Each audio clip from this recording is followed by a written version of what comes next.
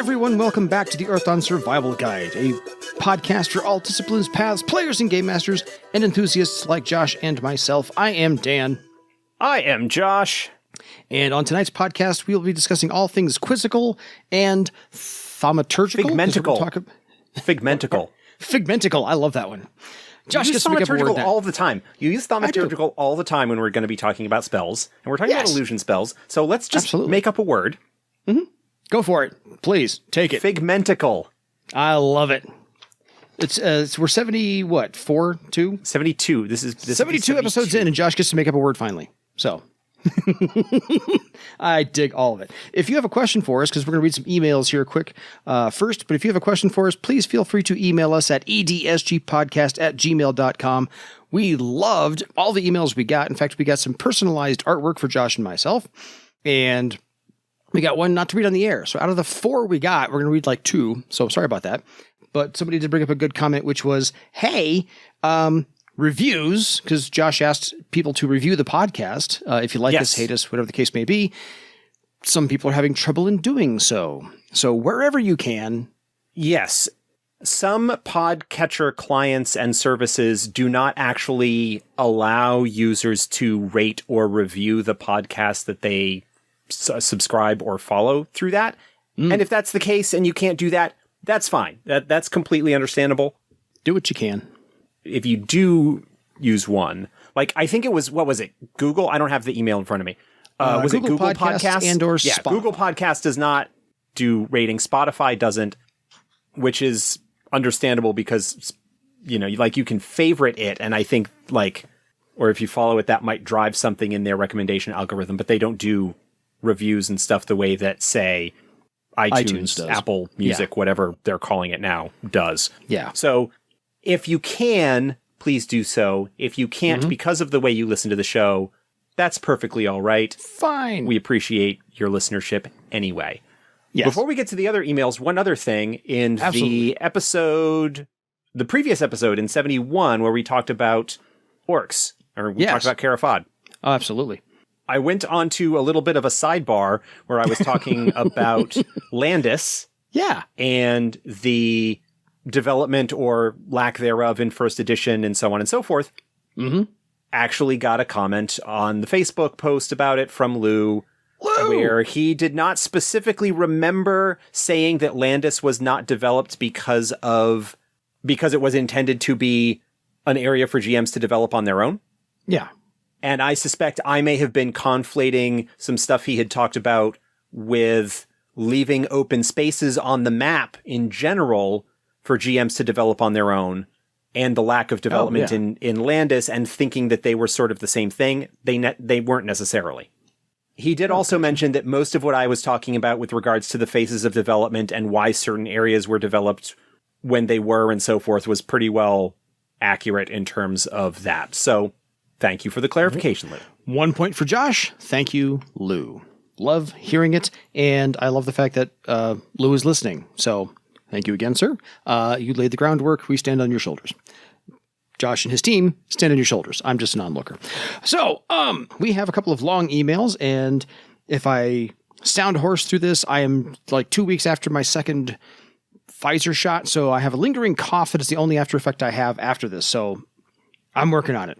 I'll try and get all these stuff out. So, hi. First up, thanks. I am enjoying catching up on your podcast, as I only discovered it having come back to GMing Earthdawn this year. I have a question about the physiology of Tiskrang. As we have a female in the group, I was, and unable to find a description of female Tiskrang being egg layers, and unsure if they suckle young. I am curious about the difference in appearance between female and male Tiskrang, and I was wondering how easy they are to discern. Josh, take it away. We're going to segment this email out. Yes. Okay, first off, welcome back. Always great to see people returning to Earthdawn after a time away, however long that might have been. Yes, thank you, Edward. The information that he is looking for can actually be found in Denizens of Earthdawn Volume 1, which has the Tiskrang in it. It is also found in the classic / 3rd edition book, Name Givers of Barsave, which reprints a lot of that same information. As egg layers, Tiskrang do not have mammalian physiology. which basically put simply means that female Tiskrang don't have boobs.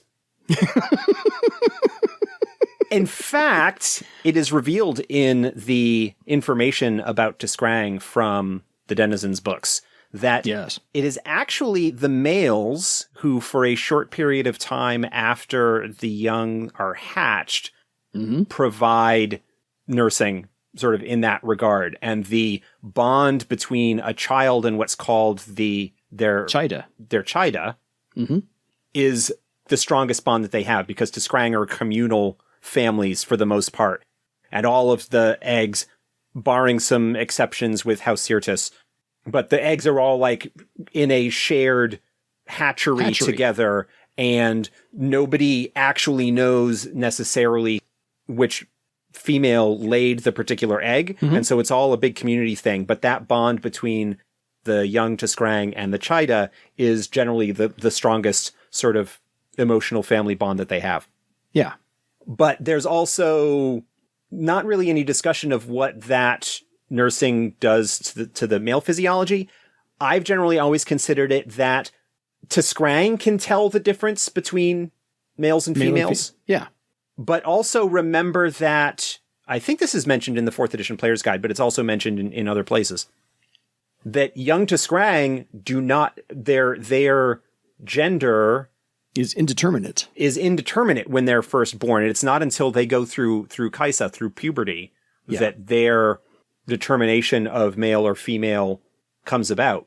And so that, coupled with the various other things, I've always considered that it can be kind of hard for other name givers to tell the difference between male and female Tiskrang, unless the Tiskrang in question is obviously presenting in a certain way. Yeah. But no, basically the short answer is no, Tiskrang don't have boobs.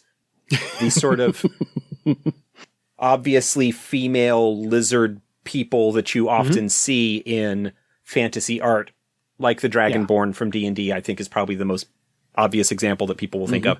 Generally do not, that physiological difference is not something that exists. Yeah, fair enough. I only ever went by like maybe pitch of shift in voice, maybe as a giveaway for other name givers, but that's not always a good tell either. Not always. Helpful. So back to Edward's email. Having played this game since 1st edition and a long history previous to that, I have a lot of early edition adventure modules from another game system. I have converted a couple of 1st edition modules of the other system to Earthdawn, starting with an adventure involving a town of Orlane, now on the north shore of the Eris Sea, and a horror-touched Naga. I have also started converting iconic locations from a long series of 1st edition adventures involving dragon men. I have replaced the dragon men in the series with Inve at strength ratings of 2, 4, and 7. I look forward to running a long campaign thread involving Inve from beyond the Eris Sea, infiltrating Urupa. I have been shotgunning your episodes, one's more relevant to the game I am running, but I just listened to the Spirits and Summoning episode and enjoy the information about Inve, so I will resist asking for an in-depth drill down into these spirits. Dan, thank you very much for your work on Legends. It has brought a new element to my game starts. The players hear Legends and learn more about the game world as I get them into the spirit of the game as a beginning.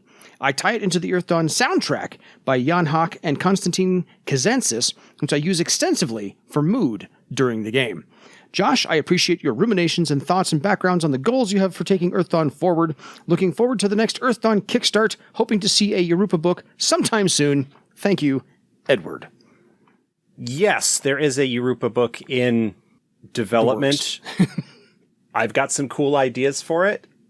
That is all I can say about it at the moment. It's in the gestational. Funny things, because many times when I think it's like, okay, I am ready to like really knuckle down and start doing some really serious production work on this, something else comes up that ends up drawing my attention. Yeah. Like, oh, we need you to go through old books and find art to put into the next Legends of Barsave. Oh, we need you to do another cover collage for a Legends of Barsave adventure.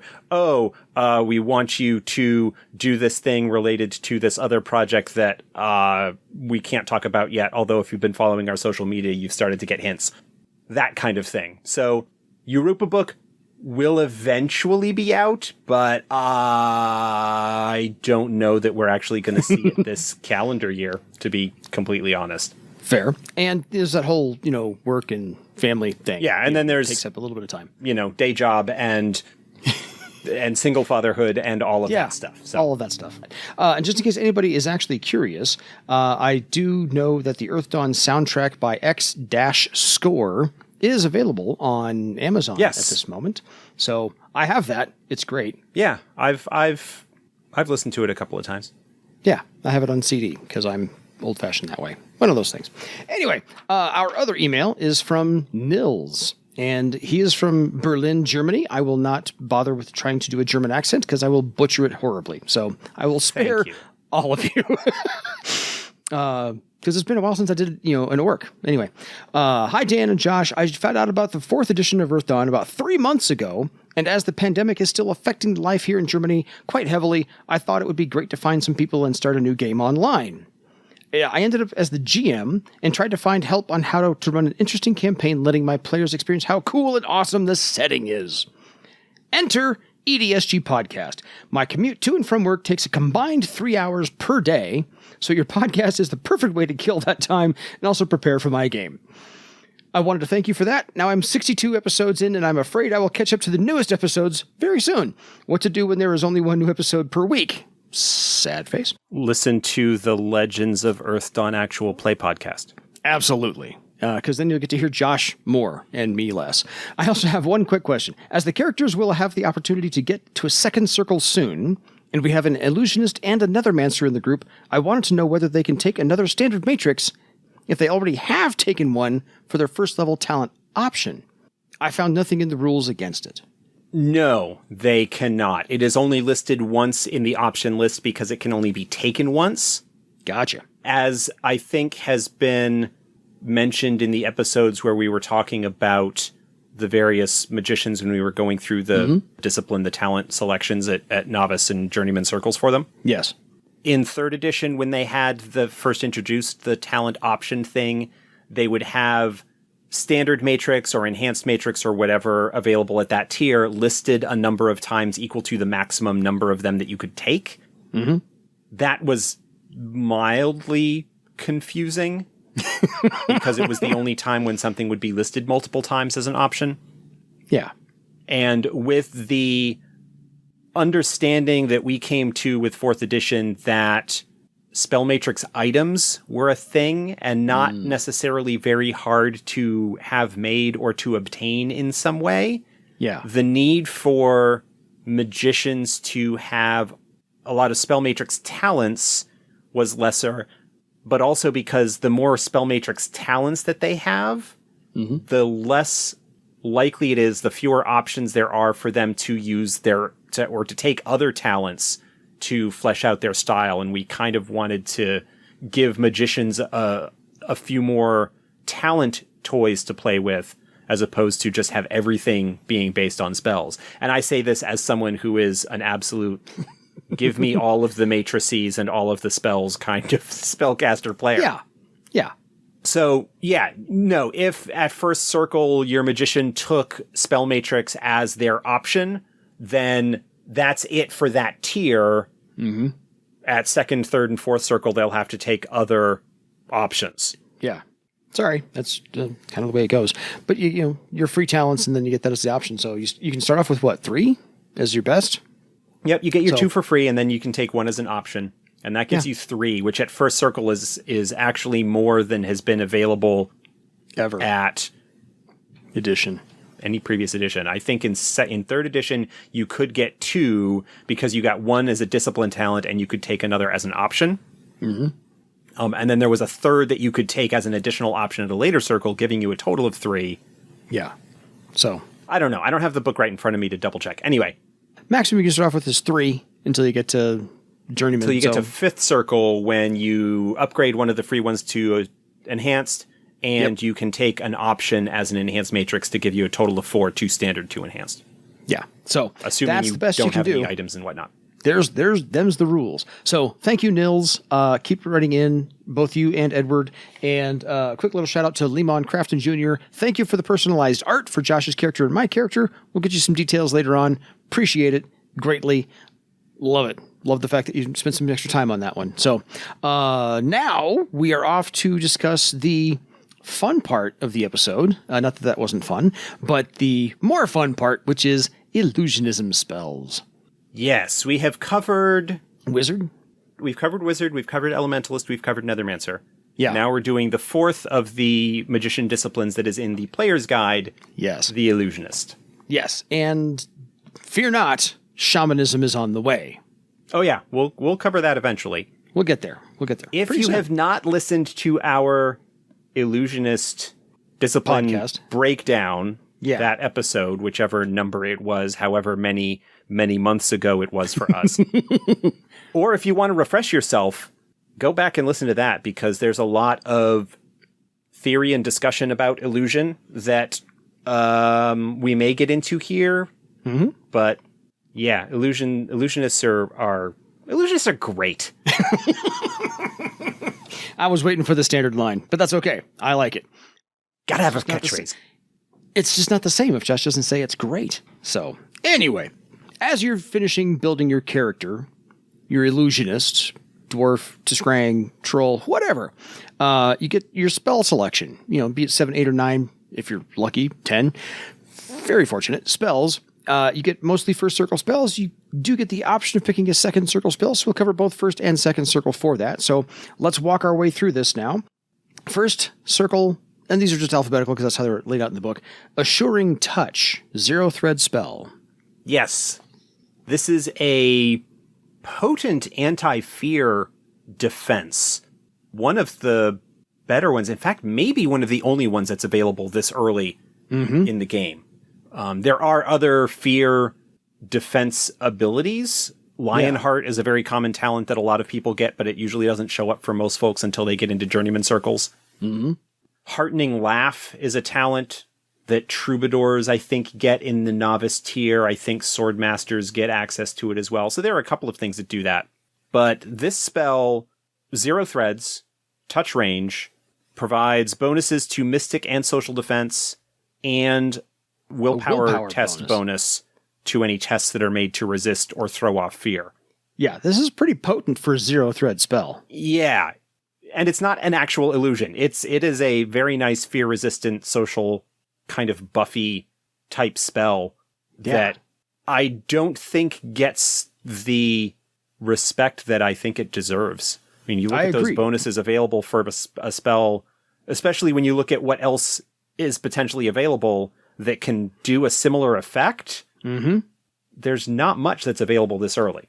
No, and like I said, it's a 0-thread first circle spell to help your party resist fear, and that's just worth it right there. So, and extra successes on the casting extend the duration, so it makes it last longer. Mm-hmm. An extra thread allows you to add up to your spellcasting rank in additional targets. So you can, with a single casting, potentially affect your entire adventuring group, which is nothing to sneeze at. No, not at all. So on to Best Face. This one is an illusion. This is an illusion. It disguises the target's identity. It can be cast either on the illusionists themselves or on a target. Yeah, range of touch. Yeah, with range of touch. It provides a bonus to disguise self, the talent, which does a very similar thing, but it provides a bonus to disguise self or to any charisma-based tests made when trying to convince someone of the false identity. So it kind of plays a little bit with the talents that an illusionist has. It allows people who might not have access to that magical talent be able to use it effectively because they get the spell to do it. And it can enhance and make those deceptions more effective in the vein of other spells that we've talked about that play into the themes of the discipline and provide bonuses to stuff that they would be inclined to do anyway. Yeah. Great way to pick up people in bars. It does have some limitations as a first circle spell. It only affects the target's head and neck. It doesn't change The rest of you? the rest of the body at all. So it is perhaps a little bit limited in terms of your ability to mimic other name-giver races with it. Yeah. Like a dwarf is not going to appear to be anything but a dwarf with this spell. You're not going to have a windling that's disguised as a troll, but it's the same kind of limitations that are available, that are part of the disguise self talent. Yeah, it's a first circle. So you just learn to work with them. Yeah, but it's based on disguise self, so the disguise self could take care of the rest of that for the right recipient of the spell. On to Cloak. Not Cloak and Dagger, just Cloak. Yeah, this is another stealth enhancing spell. The Nethermancer gets one in first circle with Shadow Meld that provides bonus to stealthy stride tests. Cloak does something similar. Yeah. It makes the target less noticeable, gets bonuses to any action tests that are aimed at concealment or stealth. Yeah. Now, it says Figment, not Illusion. Maybe you want to make the distinction here and now. Yeah. Generally speaking, spells that do other things, like this is a Figment rather than an illusion because all it does is provide a bonus, makes it a little bit easier for somebody to sneak around while under the effect of the spell. If because of a high perception roll or something like that, the person under the effect of Cloak gets noticed, then it's going to go away. It's not invisibility. It just makes the stealthy situation a little bit more likely to succeed. Gotcha. Okay. So, on to Disaster. Disaster is a spell creating a distraction. Yeah, it basically is intended to create a distraction. Oh my, what on earth could that be? Thinking of the scene from Princess Bride where they're doing the challenge of wits over the iocane powder. Yes. And Vicini goes, what on earth can that be? And Wesley turns around and he switches them around. It's to do that kind of situation. But this is like maybe a roof collapsing or a tent imploding or something like that.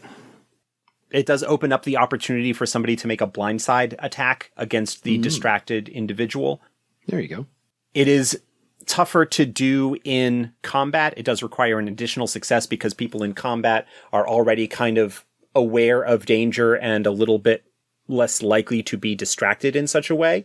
But opening up a situation or creating a distraction long enough for somebody to sneak past or do something else, it has potentially quite a number of uses for the creative player, which is one of the things we'll find, I think, about the illusionist spells, is that a lot of them tend to require a little bit more creativity. They're a little bit less direct in terms of what they can be used for, and so might seem weaker than they otherwise would be. Yeah, because we're 4 spells in, and 2 of them have 2 paragraphs each, so the illusionism spells tend to be a little bit longer because they're somewhat nebulous. They have to be shoehorned in a little bit and corralled as far as this is the limit of the spell. Just occasionally. So on to the other 0-thread spell, Encrypt. I believe this one's new for 4th edition. It might have been brought in from Arcane Mysteries. I don't remember now, right off the top of my head. Yeah, been a while since I've looked at illusionism spells. It allows the illusionist to make a message unreadable. Cast it on a letter, on a piece of text, on a message that's being delivered, and anybody that tries to read it needs to overcome the sensing difficulty of the illusion in order to be able to read what it says. So how helpful would this be? I mean, depending upon the campaign you're in, passing messages back and forth in study hall, essentially.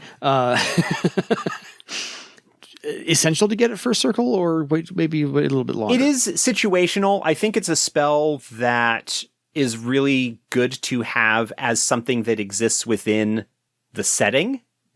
Makes a lot of sense that there would be magic that would have been developed to do counterintelligence type activities to mask information. But its utility in terms of a game is somewhat limited potentially. Just like I said, for more of the creative player / creative game master to use. And then I have always loved this one. It is fantastic.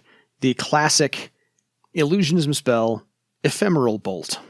One of the bread and butter damaging spells for illusionists. There are 2 of them.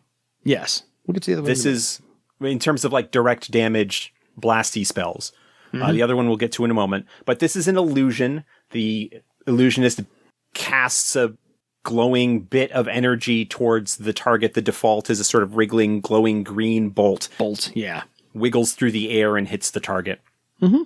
It does illusion damage, so it does a little bit more damage than other spells of equivalent circle do, in part because of the possibility that it might not end up doing any damage whatsoever. Yeah. As a damaging spell, we've talked about, go back to the illusion episode talking about disbelief and sensing and stuff like that. The one potential drawback of this spell is that as it gets more powerful and it deals more damage, it is potentially more likely that the target might, as a result of that, sense that it is not a real effect. Yeah. Because its disbelief difficulty is low, or its sensing difficulty is low. So that is something to keep in mind. And it's at that point that you start enhancing its casting with false sight and things like that increase the difficulty of seeing through the illusion. Yeah.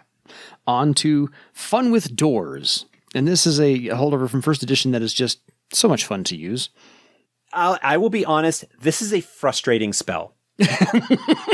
Well, I don't mean that in... This is a frustrating spell because the image that comes to mind with this spell is the classic Scooby-Doo hallway chase scene.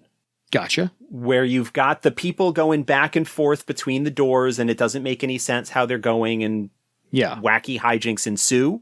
Mm-hmm.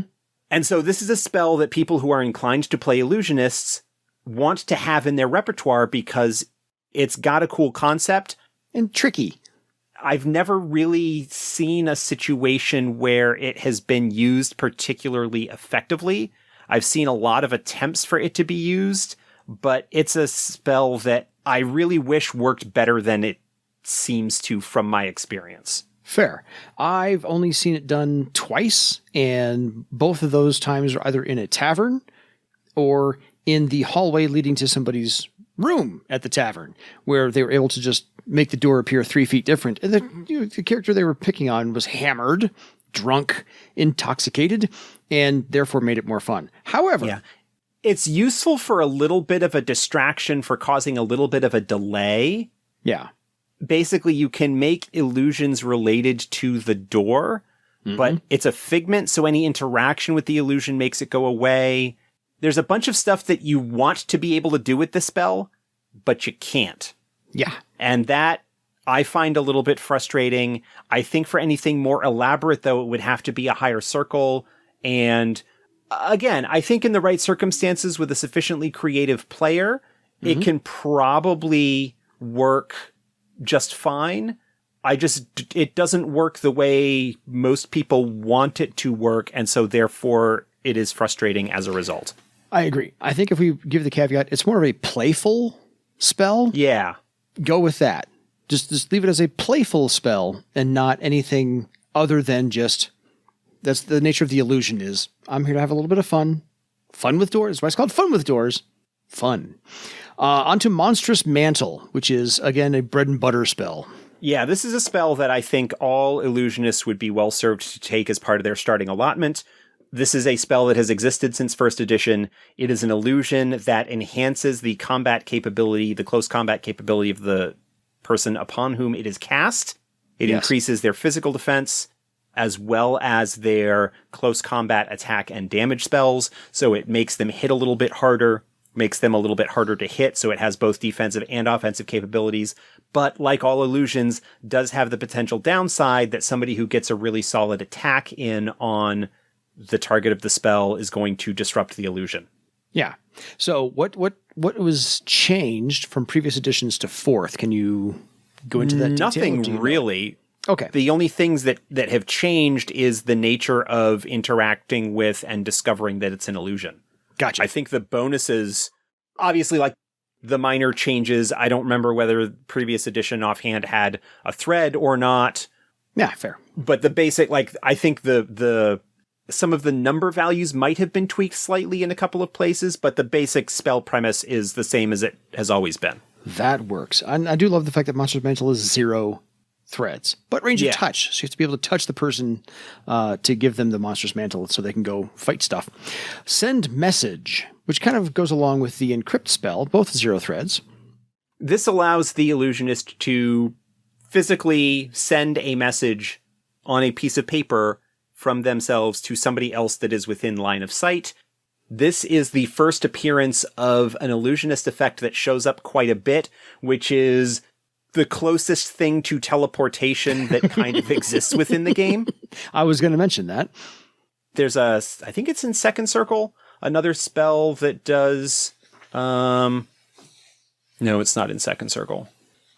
Basically allows the illusionist to connect to spaces, have a quote-unquote illusion of warping space shortcuts with space that people don't really understand exactly how it works, but it does. And this is the sort of thing, an effect that perhaps an upgraded Fun with Doors could take advantage of. Yeah. But it basically allows the illusionist to pass a note to a target that they can see. Yeah. Oh, very useful. I can imagine the creative player having a very fun time with this a lot. And this is where you get your spy vibe in a little bit. So, and then of course the holdover, the 1-2 punch, if you do it just right and cast them exactly right, you have Ephemeral Bolt, 0 thread. You should follow that up with True Ephemeral Bolt. This also 0 thread spell. This is the other direct damage spell that illusionists get. It is real as opposed to an illusion, so it does not do as much damage. Mm-hmm. It does provide a penalty to the next sensing test, and I realize depending on exactly what's going on, I think we've had emails about this in the past. Mm-hmm. The interaction with, does it penalize the actual test that they're making, or does it increase the difficulty, or whatever. What have you. Yeah. I think, generally speaking, if you just bump the difficulty up by 2 rather than penalizing the test, it makes things a little bit easier in that regard. But mathematically, it's not a huge difference either way. No.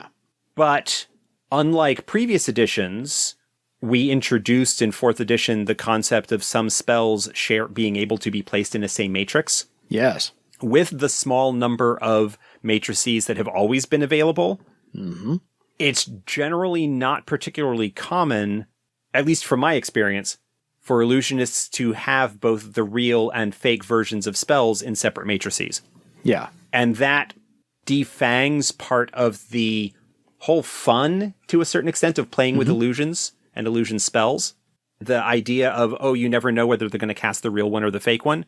Logistically, in previous editions, they either would have the real one or they would have the fake one. They generally would not have both. Yeah. Now that they can be placed in the same matrix, the illusionist can decide at the time that they cast the spell whether it's the real one or whether it's the fake one, and thereby keep their opponents guessing when it comes to whether they should take that risk of disbelieving and opening themselves up to the full hit from a real spell or what. Yeah. So that is something to keep in mind. I was playing and I had a player who we had a 1-2. We had a combination between the two of us. I was playing a certain character. He was playing a windling illusionist, and literally had both matrices for Ephemeral Bolt and True Ephemeral Bolt when it came to combat. That was a nice 1-2 punch from that character. It was fantastic. So they were the exception to the rule, I believe, for your example. On to the 1-thread spell, Trust. This is a short-term, rapid, make somebody your friend ability. Oh, there you go. Doesn't really work particularly well in combat, because at that point you're already in a sort of hostile situation. Is not great for actually building a long-term relationship with someone, because the side effect of the spell is that when it ends, the target actually is aware that they've been magically manipulated and so does not feel as well disposed towards the illusionist. Gotcha. But generally speaking, this is a good way for an illusionist to schmooze their way past a guard or any other kind of situation where they don't want to go through the whole difficulty Rigmarole? of the first impression and building a rapport and increasing the relationship level with the NPC. If it's somebody that they're just trying to get past, this is a way to sort of shortcut around that mechanic for a limited period of time. So this is the quick and easy, down and dirty version of quick interaction. You're my friend. Let's go. Yeah, and it comes along with the side effect that you can't really be hostile or whatever towards the target of the spell while it's in effect. Otherwise, it immediately ends. Yeah. But this is a nice little kind of playing into the illusionist's social sphere of operation. This is a spell that can come in very handy Absolutely. for that aspect of things. And playing into the spy theme, it's kind of cropped up in a couple of places. Spies having the ability to get somebody to trust them, at least for a short period of time while they're perhaps doing something nefarious, it can be useful. Absolutely. On the 12th of the 12 first circle spells, another 0 thread, Unseen Voices. Pretty straightforward. This is a Figment, so it's an obvious illusion that creates voices within range. There has been discussion that's come up about this in the past, which is, well, if it's a Figment, it's obvious that it's an illusion, so how is the spell going to be able to do anything? The purpose of this is to act as a distraction or perhaps to draw somebody away from a location to another, because if you hear sounds that you didn't expect to be hearing or whatever around a corner, in a closet, whatever, you are going to be inclined to go and check that out. You may very quickly find out that they are illusory, that they are not real. If you go to the place where the sound is supposedly coming from, you're not going to find a person there. Yeah. But it's still going to potentially have an effect in much the same way that the stealth spell Cloak was a Figment earlier. The illusion is not the primary mechanism of things there. It's merely the way that the effect is delivered. So I think Unseen Voices is the classic example I can think of. This is in the original Star Wars, Obi-Wan Kenobi dismantling the tractor beam, and he points down the hallway, and the stormtroopers are like, "What was that?" See, that's exactly what this is for. Distract him. That get kind out of the way, situation. go. The classic ventriloquist throwing your voice effect Yes. can be done with this. With a creative player in the right circumstances and a game master who's not being super ornery about letting their illusionist play with fun effects, can probably use this to some effectiveness in the course of their career. Wonderful storytelling ideas and options for this one. So of the 12 spells in first circle, only 4 of them require threads, and Fun with Doors requires 2 threads. Everything else is a 0 thread spell. So what would you recommend waiting on until later on? I think we said Encrypt maybe can wait, depending upon the campaign that you're in. Send Message is fun. So Ephemeral Bolt and True Ephemeral Bolt are probably high priority. Monstrous Mantle I would put a pretty high priority on. Oh yeah. Trust is very good. Trust, maybe. Unseen Voices, maybe. Assuring Touch, you probably want to put a higher priority than you would otherwise think. Yep. Because the anti-fear effects, at first circle, or, early on, Nethermancers get frightened. You throw that on somebody that would be a potential target for a frightened spell, or frightened talent. Yeah. Mm-hmm. So that's worthwhile. I think Cloak is also underrated. Can be useful. It depends on what else you've got in the group.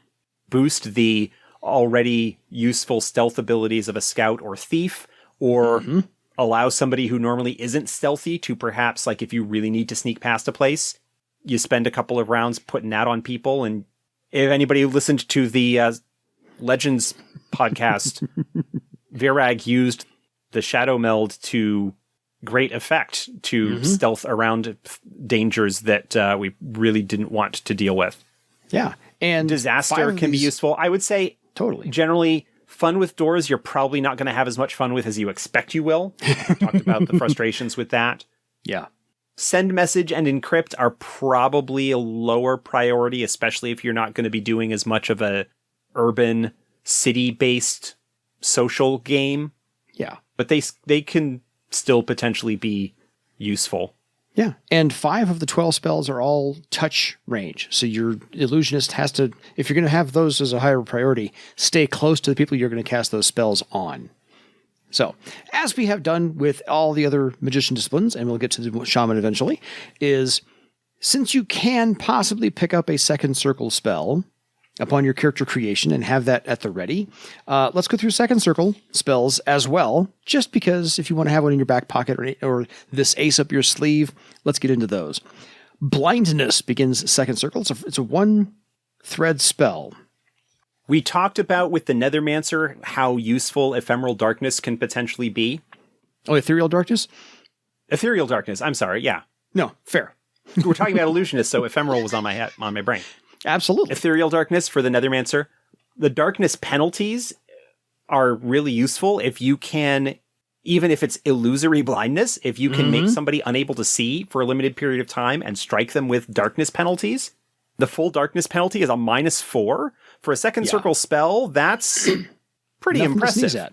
Yeah. And it's certainly going to help defang any kind of physical threat that you might be facing in a combat situation. So it's definitely one worth looking into. Well, and the success levels and the extra threads, no matter what, just increase the duration that it lasts by minutes. So that person's going to be temporarily blinded for a long time.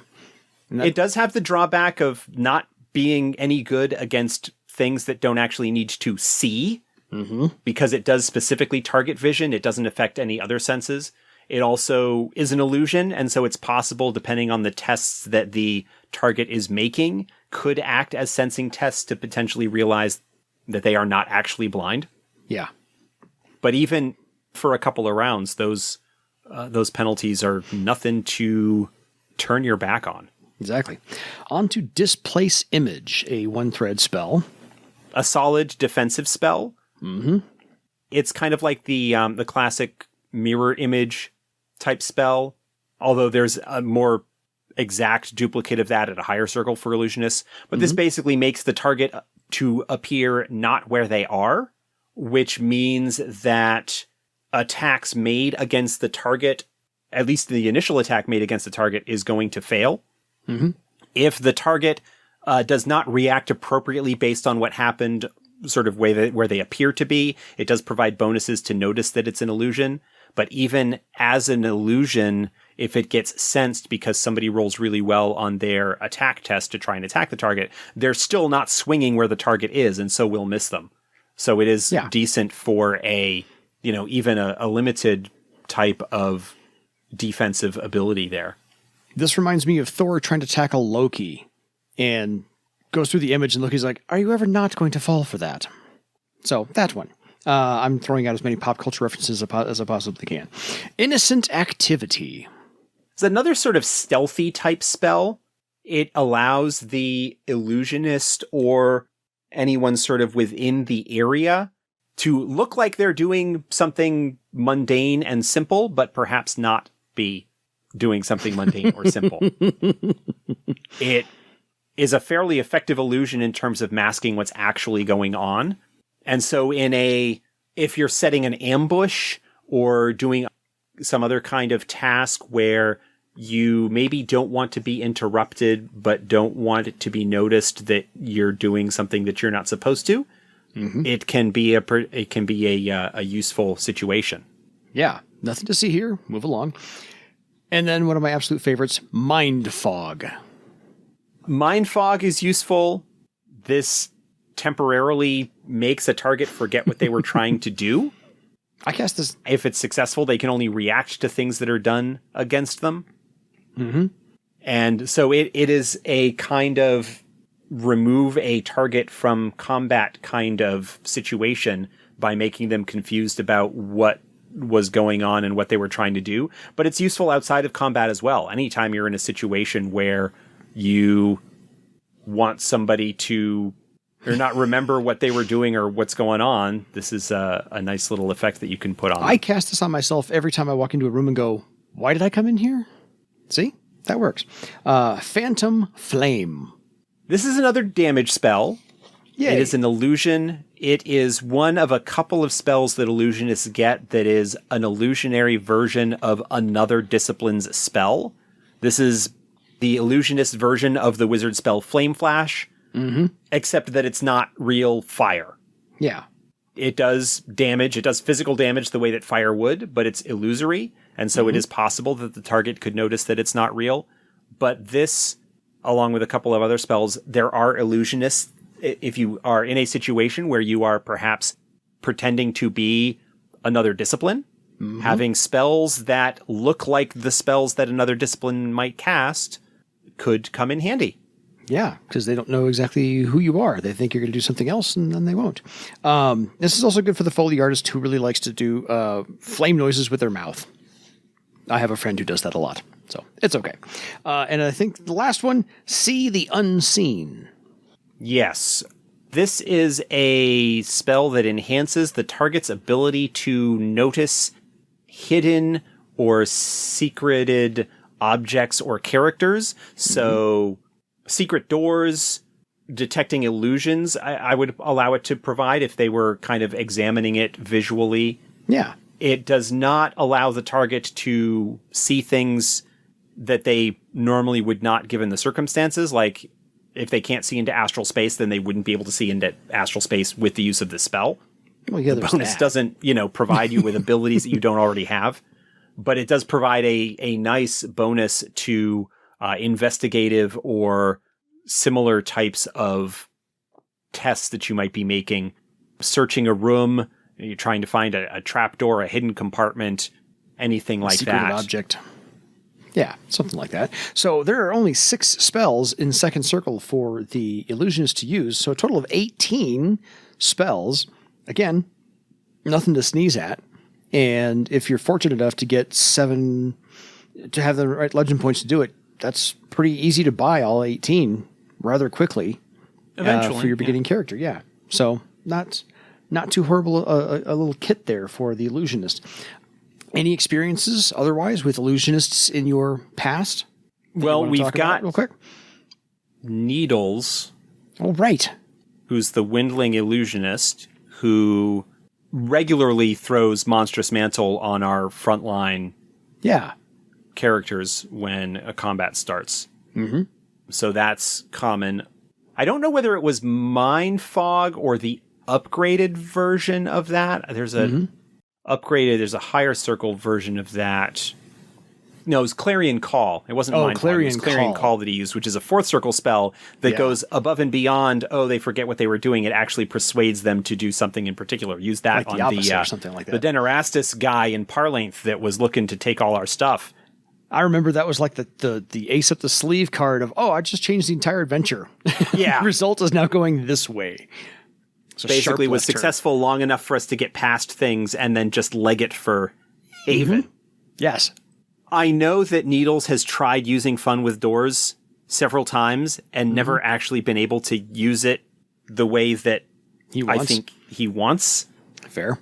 Which is part of why I'm maybe a little bit frustrated or not as happy with that spell as I think I could. And I seem to recall that being an issue with earlier editions as well. Fair. It seems like an effect that would be much better and useful if it were a higher circle spell. Like you would be able to do more with it at a higher circle. Gotcha. So, any ideas if Morgan's going to tweak that or make a different version of the new magic book? Fair enough. Morgan's going to surprise us all. And we're going to appreciate every bit of that.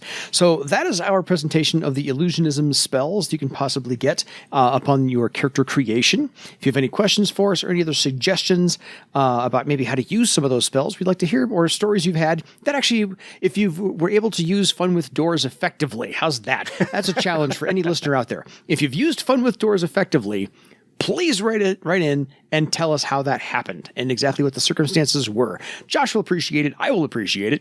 I think it's a spell that needs something, but that's just me. So, until next time, folks, it is time for you to go cast an illusion of your own legend and get people to believe it. Good night, everybody.